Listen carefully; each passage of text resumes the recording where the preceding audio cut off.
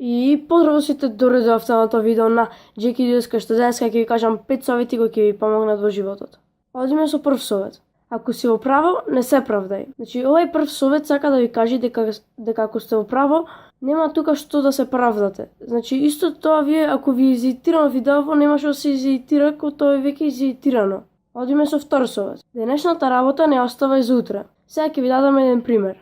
Јас летово требаше еден ден да извадам видео, имав и ставено статус на Facebook дека тогаш во тој и тој ден, во толку и толку сатот ќе излези новото видео. Но мене многу ми се играше со другарите надвор во улица и не го иставав видеото. Го оставав за утрената. Утрената станав, се разбив, седнав на компјутер да го објавам видеото, но немаше интернет. И така видеото каснеше 2 дена бидејќи го уплоднав дури утредента вечерта. Одиме со трет совет. Будалата помни, а паметниот пишува. Јас, например, пред неколку дена требаше да седнам да пишувам домашна работа. И седнав да пишувам и фактички сфатив дека аз не знам што треба да пишувам. Листав по тетрадката да видам, барав по учебникот, но не најдов што имам за домашно.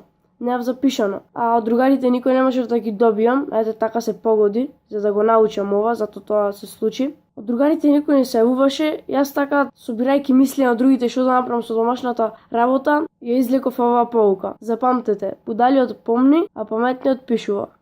Одиме со четврт совет. Не е битно колку можеш да удираш, туку е битно колку можеш да издржиш и да продолжиш понатака. Јас не можам да давам многу хејт и не сакам да давам многу хејт, не се разбирам во давање хејт, не знам да се хејтам со некој, не знам да се карам со некој. Но можам многу да издржам хејт и да продолжам понатака.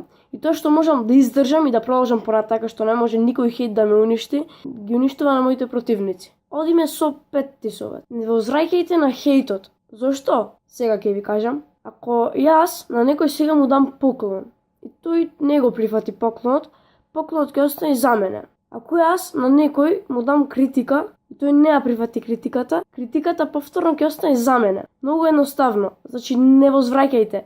Едноставно тој што се зборува ќе остане за него ако го игнорирате. Тоа беше тоа за ова видео, сам дека ви се допадна. Ако ви се допадна, оставете лайк, ако не дислайк, субскрайб за поддршка, коментирајте што мислите, а ние се гледаме во наредно видео. А до тогаш, поздрав!